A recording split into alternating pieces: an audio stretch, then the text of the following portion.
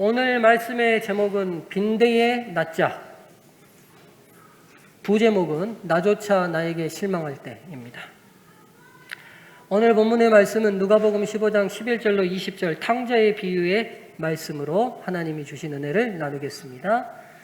또 이르시되 어떤 사람에게 두 아들이 있는데 그 둘째가 아버지에게 말하되 아버지여 재산 중에서 내게 돌아올 분깃을 내게 주소서 하는지라. 아버지가 그 살림을 각각 나눠주었더니 그 후 며칠이 안 되어 둘째 아들이 재물을 다 모아가지고 먼 나라에 가 거기서 허랑방탕하여 그 재산을 낭비하더니 다 없앤 후 그 나라에 크게 흉년이 들어 그가 비로소 궁핍한지라.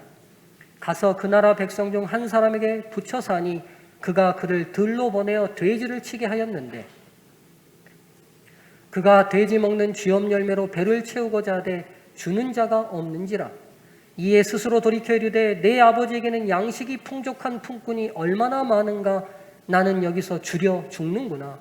내가 일어나 아버지께 가서 이르기를 아버지 내가 하늘과 아버지께 죄를 지었사오니 지금부터는 아버지의 아들이라 일컬음을 감당치 못하겠나이다. 나를 품꾼의 하나로 보소서 하리라 하고 이에 일어나서 아버지께로 돌아가니라. 아직도 거리가 먼데 아버지가 그를 보고 측은히 여겨 달려가 목을 안고 입을 맞추니. 아멘. 제가 탕자의 비유로 2019년도 4월 마지막 안식일부터 6월 첫째 안식까지 5번에 걸쳐서 이 비유의 말씀을 전했습니다. 그런데 오늘 또 탕자의 비유를 또 들고 나왔어요. 제가 이번 주 동안, 지난주 동안 탕자의 비유를 다시 보면서 제가 5번에 걸쳐서 성도님들에게 전하는 동안 놓치고 있었던 아주 중요한 부분이 있는 걸 또 발견했습니다. 그래서 오늘 이 시간에 탕자의 비유를 통해 하나님께서 우리에게 아직도 하시고자 하시는 음성이 있는 것 같아서 오늘 그 부분을 놓고 함께 말씀을 나누려고 합니다. 제가 여러분에게 먼저 던지고 싶고 제가 주목했던 부분이 이 부분입니다. 탕자는 어떻게 아버지께로 돌아갈 수 있었을까 하는 부분입니다. 여러분, 탕자가 아버지께로 돌아가는 일이 쉬운 일이었을까요? 어려운 일이었을까요?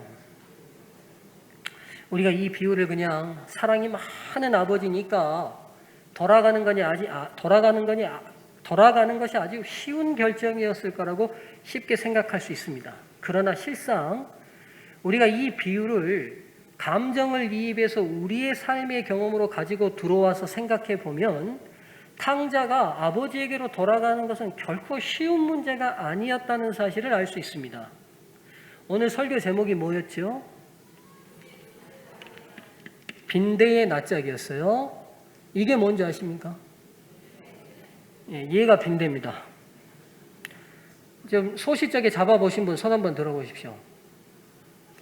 이거 또 안 드시는 이유는 또 꽤 많으실 텐데, 이 빈대에게 물리면 이렇게 빨갛게 솟아서 굉장히 간지럽죠. 어렸을 때는 가난한 시절에 이 빈대가 참 많았습니다. 근데 여러분, 빈대가 요즘 시대에도 있을까요, 없을까요? 요즘 한국은 없는 것 같은데, 제가 미국 출장 가니까 미국은 있더라고요. 미국 제가 출장 갔을 때 아는 목사님 댁에서 지냈는데 아이가 빈대를 옮겨와가지고 침대고 뭐고 다 들어와가지고 가구를 싹 다 버렸다고 해요. 이 빈대가 워낙 번식력이 강하니까. 그래서 그 얘기를 하더라고요. 빈대입니다. 우리 속담에 이런 속담이 있어요. 빈대도 낯짝이 있다. 근데 빈대도 콧등이 있다. 이런 속담도 있다고 그래요. 콧등이 있다. 그러니까 이렇게 아주 작은 미물도 낯짝과 콧등이 있다는 말이 뭐냐면 뜻은 이거죠. 우리가 잘 압니다. 지나치게 염치가 없는 사람을 나무라는 말입니다. 그렇죠? 비슷한 뜻으로는 족제비도 낯짝이 있다. 이런 뜻이 있대요. 빈대도 낯짝이 있다. 이 속담에 비추어 보면요, 여러분, 탕자는 빈대의 낯짝도 가지지 못한 사람임에 틀림없습니다. 어찌 감히 지가 다시 아버지께로 돌아갈 생각을 합니까? 여러분 어떻습니까? 탕자의 비유를 좀 다시 상기해 보시죠. 오늘 우리가 읽었던 본문처럼 탕자가 아버지에게 나에게 어차피 줄 유산 몫을 내놓으라고 했어요. 근데 여러분 제가 탕자의 비유를 설명드릴 때 여러분에게 설명을 드렸는데 이 요구는 단순한 요구가 아니라고 말씀을 드렸어요. 성경 시대에는 유산은 언제나 아버지가 돌아가시고 나면 자녀들이 분배하는 게 상례고 원칙이었습니다. 그리고 당대의 아버지가 살아 계실 때에도 혹 유산을 분배해 주더라도 그 유산에 손을 대는 건 언제 가능했냐면 아버지가 세상을 떠나신 이후에야 유산에 손을 댈 수 있었어요. 탕자가 지금 아버지에게 아버지 내가 어차피 받을 목 내놓으세요 라는 말은 뭐냐면 아버지 빨리 좀 돌아가십시오. 빨리 죽으십시오. 이 말하고 똑같아요. 여러분 자식이 부모에게 할 말이 있고 못할 말이 있지요. 그런데 어떻게 감히 아버지에게 지금 시대처럼 인륜이 무너진 시대도 아닌 2000년 전 성경 시대 때 아직도 사람들의 양심이 깨어있는 그 시대에 감히 아버지를 두고 빨리 좀 공동묘지로 좀 가시지 왜 그렇게 오래 사시냐고 좀 숟가락 좀 놓으시라고 인륜이 무너진 폐륜적 행동을 얘가 하고 있는 걸 알게 됩니다. 그렇게 해놓고 다시 아버지에게로 돌아가요? 여러분 탕자는 도대체 빈대의 낯짝도 있는 겁니까 없는 겁니까? 네.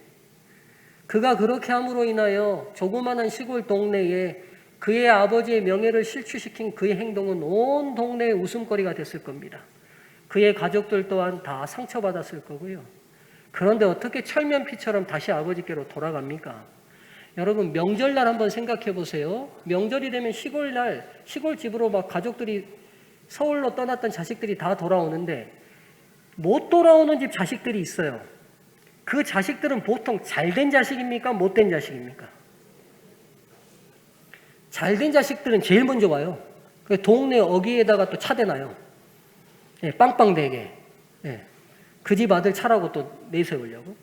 실상 못 오는 자식은 어떤 자식이냐면 부모의 사랑의 기대에 성공으로 부응하지 못했던 자식들은 이 핑계 저 핑계 대고 부모 얼굴 못 뵈러 오는 경우가 있습니다. 그래요 여러분. 사랑은 상대에게 기대하게 되고 그 기대에 부응하지 못할 때 실망하게 됩니다. 그리고 그 실망을 끼쳤을 때는 돌아와서 다시 얼굴을 본다는 게 결코 쉽지 않습니다. 근데 탕자는 어떻게 돌아갔냐는 거예요. 사랑은 사랑을 받는 대상의 반응을 불러일으킵니다. 그리고 주어진 사랑에 대해 기대를 갖게 합니다. 자 여러분 여기 갓난 아이가 있어요. 엄마가 모유를 충분히 먹이고 난 다음에 이 아이에게 엄마가 그 다음 뭐 합니까? 여러분 이렇게 들쳐매고 너무 키운 지 오래돼서 기억이 안 납니까? 예, 등 쓰다듬어서 트름을 했는데 이 아이가 잘 먹었다고 트름을 꼭 하면 부모가 아이고 좋아해요. 그렇죠? 자 보세요. 어렸을 때부터 사랑이라는 것은요 주는 사람과 받는 사람 가운데 서로 기대가 형성되게 돼 있어요. 젖을 잘 먹였으면 그 다음 이 애에게 나타나기를 기대하는 반응이 있어요. 그러다 또 애들이 이렇게 가만 앉아있으면 오르르르르 하고 깡고 가면 이 아이가 방긋 웃으면 또 부모들이 그렇게 기뻐해요. 그렇죠? 이 아이들이 근데 사랑으로 잘 기르고 부었는데 돌이 됐으면 이 아이가 벽을 잡고 일어나고 장롱을 잡고 일어나야 될 때가 됐는데 못 그러면 부모가 어떻게 되죠? 그 다음에 걱정돼요. 그리고 뭐 하냐면 실망도 돼요. 내가 뭘 잘못했을까를 또 생각하게도 돼요. 여러분 보시면 알겠지만 사랑하는 관계와 사랑을 받는 관계는 사랑을 통해 서로 그 사랑에 반응하는 기대가 형성되게 돼 있어요. 그리고 그 기대가 자칫 부응되지 않을 때 실망하게 돼 있습니다. 이게 이제 정리돼 보면 사랑을 주는 사람의 기대가 있어요. 그리고 사랑을 받는 사람이 그 기대에 부응할 때 양쪽 다 행복합니다. 그렇죠? 근데 이 사랑의 기대에 부응하지 못할 때 실망하게 돼요.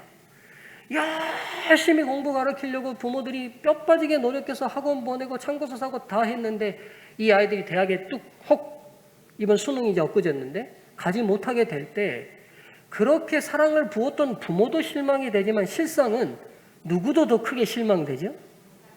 사랑을 받았는데 그 사랑에 부응하지 못하는 그 당사자도 실망이 커요. 이런 상관관계를 생각하고 탕자의 비유를 들여다보시자는 거예요.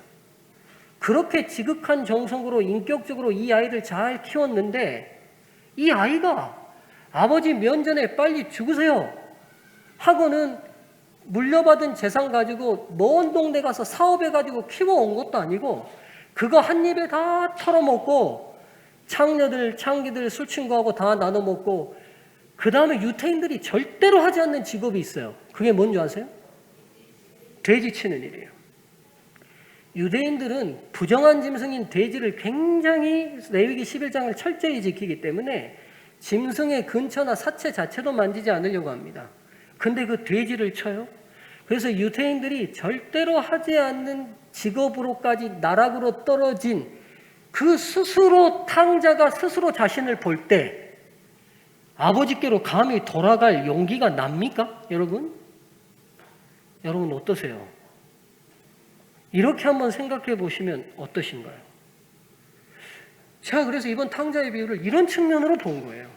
도저히 돌아갈래야 돌아갈 수 없는 자식이에요.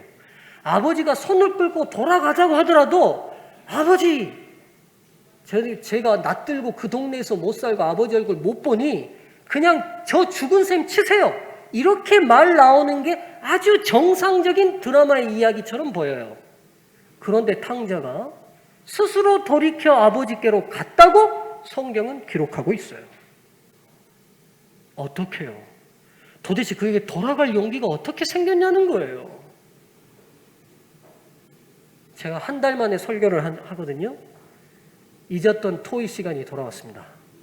옆분들하고 어떻게 탕자에게 돌아갈 마음이 생겼는지를 상의해 보시면 좋겠습니다. 1분 드리겠습니다. 눈 껌뻑이지 마시고 옆분들 보세요. 예.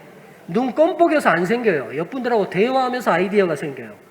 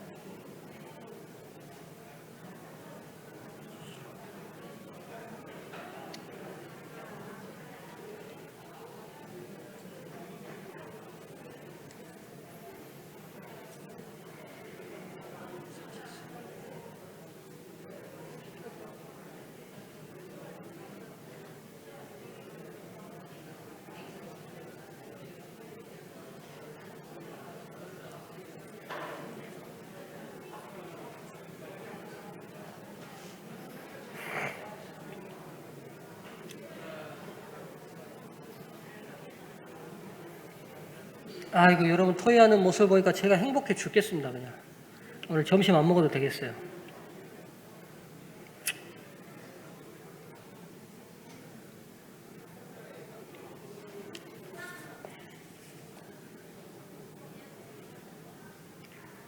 자, 말수가 서서히 들어가는 거 보니까 더 이상 나올 게 없나 봅니다. 이제 토의를 멈추시고 저를 좀 보시죠. 자, 다시 생각해 보죠. 탕자는 어떻게 아버지께 돌아갈 수 있습니까? 아버지에게 돌이킬 수 없는 불효 저지르고 그나마 아버지 재산 완전히 말아먹고 유대인들이 절대로 하지 않는 직업까지 떨어진 그 모습 그대로 아버지에게 과연 그는 어떻게 돌아갈 생각을 하고 돌아갔던 것일까요?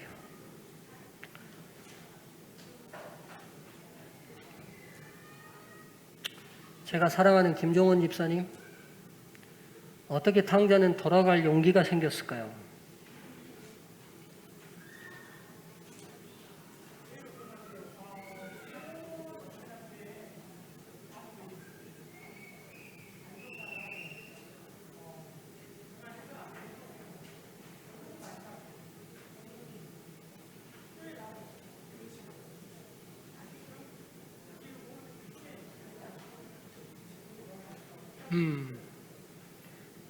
자기도 모르는 힘에 이끌려서 돌아갔을 것이다.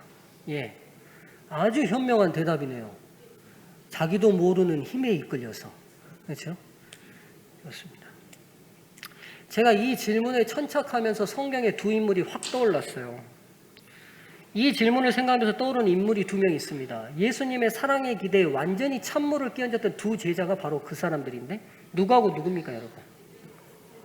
예, 여러분도 바로 떠오르죠? 누구하고 누굴 것 같아요? 예. 가룟 유다와 베드로예요. 맞죠? 가룟 유다는 예수님을 은 30에 판 사람이에요. 맞죠? 제자인데 예수님을 팔아 넘겼어요. 예수님의 사랑의 기대에 완전히 찬물을 끼얹었던 제자입니다. 또 한편 베드로는 만만치 않아요. 여러분, 사람이요, 잘 나갈 때는 상처를 덜 받습니다. 내가 벤츠 타고 사업이 잘 될 때 친구들이 너 그렇게 살지 마 이렇게 하는 건 그냥 웃고 넘어가요. 근데요, 부도나고 힘들고 어려운데 친구들이 와가지고 너 그렇게 살지 마 이 말은요, 진짜 너무 큰 상처가 돼버려요. 맞죠? 예수님이 잡히시던 날 밤, 그날 온 모욕으로 치욕과 수치를 받고 있던 그날 밤에 베드로가 예수님이 들릴 수 있는 그 거리에서 나는 저 사람 몰라요. 나중에는 하늘을 가리켜 맹세하고 저주하고 욕하며 나는 저 사람을 모른다고 예수님을 부인했어요. 얼마 전에 뭐라 그랬는데, 이 제자들이 다 버려도 저는 주님 버리지 않습니다 말했던 그 제자인 베드로가 예수님 면전에서 그렇게 말했거든요. 예수님의 사랑에 완전히 찬물을 끼얹었던 이 두 제자가 운명은 완전히 달라졌어요. 가룟 유다는 끝내 예수님께로 돌아가지 못했고 베드로는 주님께로 돌아가 기독교 역사의 가장 위대한 사도로 그의 인생을 마쳤어요. 여기서 탕자의 비유가 제가 연결됐어요. 탕자가 돌아갈 수 있었던 이유도 베드로가 이렇게 빈대에 낯짝도 없는 사람처럼 행동했던 이 베드로도 돌아갈 수 있었던 이유도 아마 같은 이유가 아니었을까. 여기까지만 고민하고 이제 어디를 봤겠어요, 제가? 시대의 소망으로 들어갔습니다. 베드로가 그날 예수님을 배신했던 그날, 예수님께 깊은 상처를 줬던 그날 밤, 화인 여사는 영감의 필치로 놀라운 기록을 남겼어요. 이제 보시죠. 비열한 저주의 말이 베드로의 입술에서 바래지며 드높은 닭의 울음소리가 아직도 그의 귀에 울리고 있을 그때에, 여러분 좀 머리로 좀 상상해 보세요. 빌라도의 법정 어스름한 새벽녘에 모닥불에 비추어 있을 때 비열한 욕을 섞어 예수님을 욕했을 그때에 닭의 울음소리가 울릴 때, 그때에 구주께서는 얼굴을 찌푸린 재판장들로부터 얼굴을 돌려 그분의 가련한 제자를 유심히 바라보셨다. 마지막 세 번째 그가 주님을 배신했던 그 타이밍, 그 절묘한 시간에 주님께서 고개를 돌려서 그 제자를 바라봤습니다. 그와 동시에 베드로의 시선도 주님께로 이끌렸다. 그 정말 난처한 그 타이밍에 제자 베드로와 예수님의 눈의 시점이 맞아졌어요. 그 부드러운 얼굴에서 그는 깊은 동정과 슬픔을 볼 수 있었을 뿐 아니라 분노의 그림자는 추워도 볼 수 없었다. 주님과 눈이 마주쳤을 때 주님의 표정 속에 내가 너를 다 이해한다. 베드로야. 분노는 전혀 없는 그 동정의 눈빛을 보는 순간 창백하고 고통에 차 있는 얼굴과 떨리는 입술과 동정과 용서의 정이 서린 그분의 모습은 화살처럼 그의 마음을 찔렀다. 양심은 일깨워졌다. 그 다음 단어 함께 읽어볼까요?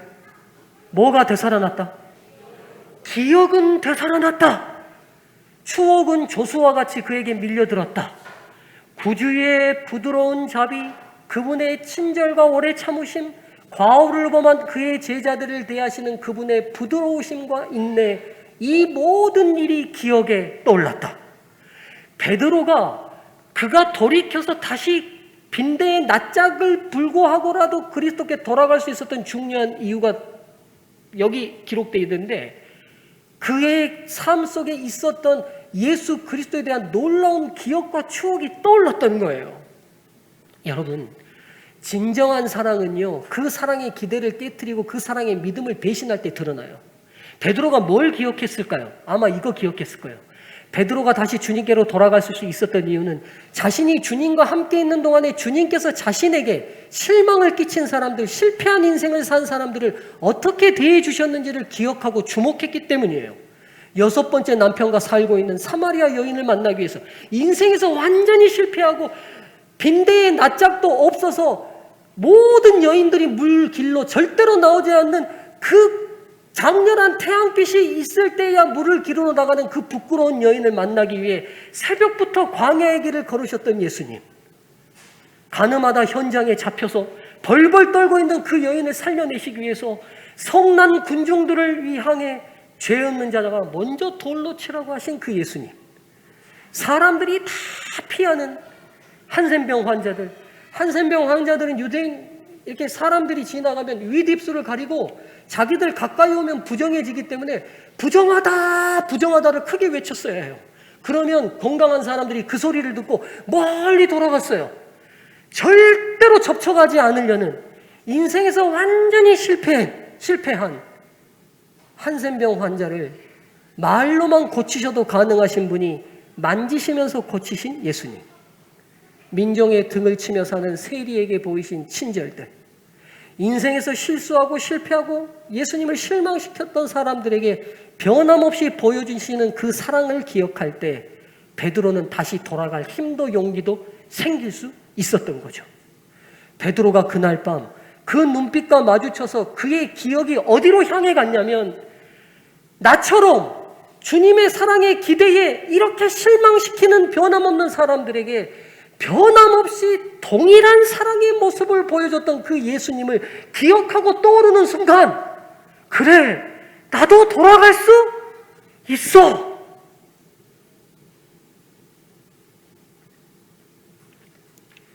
탕자가 다시 돌아갈 수 있었던 이유는 빈대의 낯짝만큼도 염치가 없어서가 아니라 그 사람들을 대하신 사랑이신 아버지의 모습이 기억되었기 때문이에요.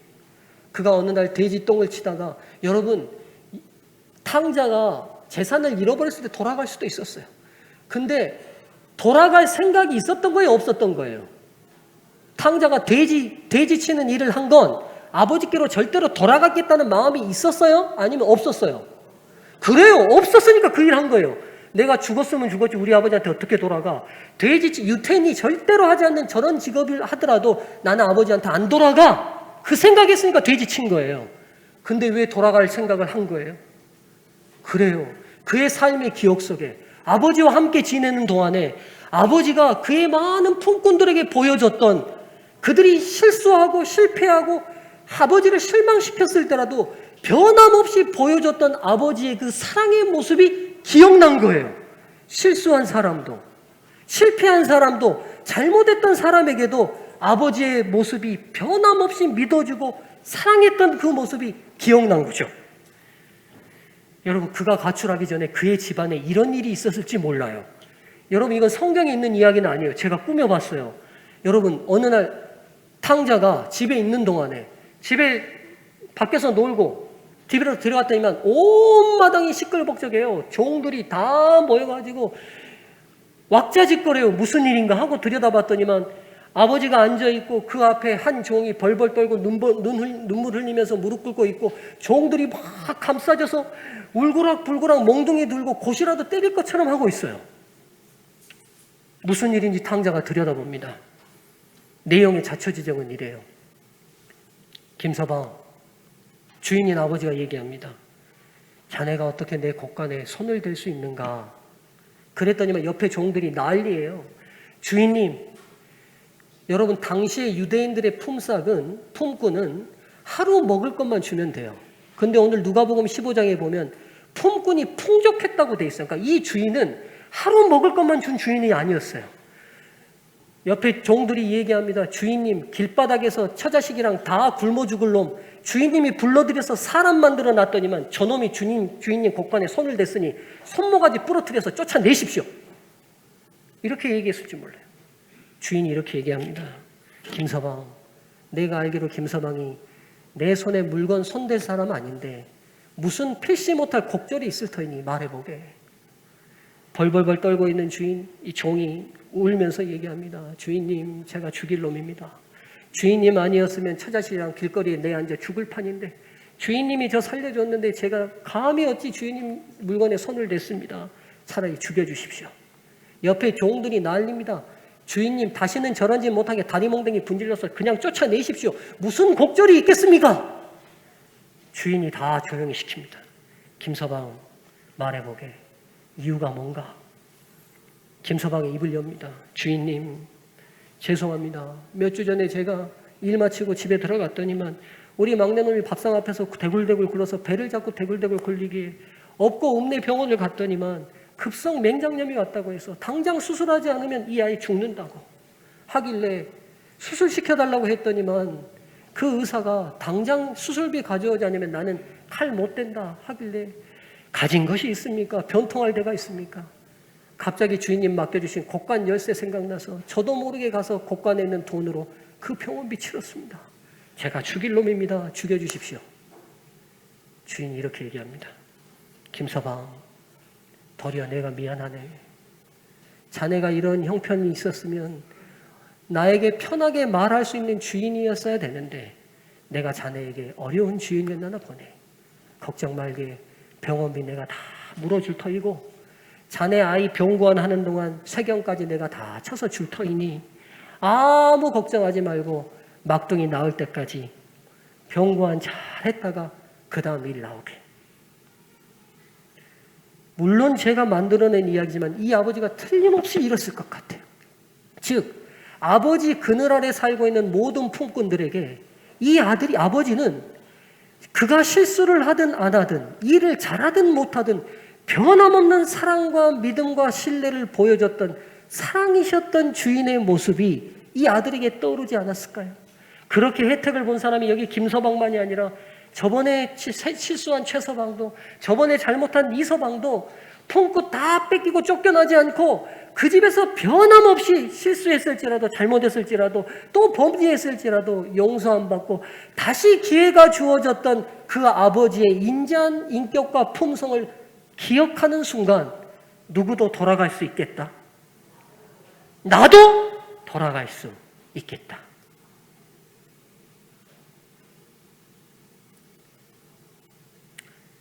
이제 설교를 정리하겠습니다. 저희가 실패했을 때 다시 하늘 아버지께로 돌아가지 못하는 것은 염치가 있어서가 아니라 하늘 아버지의 진정한 사랑을 바라보지 못했기 때문입니다. 여러분, 저희가 실수했을 때 다시 하늘 아버지께로 돌아가지 못하는 것은 염치가 있어서가 아니라 하늘 아버지의 진정한 사랑이 아닌 자신의 실수만 생각하기 때문입니다. 저희가 죄를 지었을 때 하늘 아버지께로 돌아가지 못하는 것은 염치가 있어서가 아니라 하늘 아버지의 진정한 사랑을 기억하지 못하기 때문입니다. 저희가 실수하고 실패하고 범죄했을 때라도 저희가 자신이 아니라 하늘 아버지의 사랑을 기억하고 바라본다면 언제든지 어디서든지 다시 돌아갈 수 있습니다. 말씀을 마치겠습니다.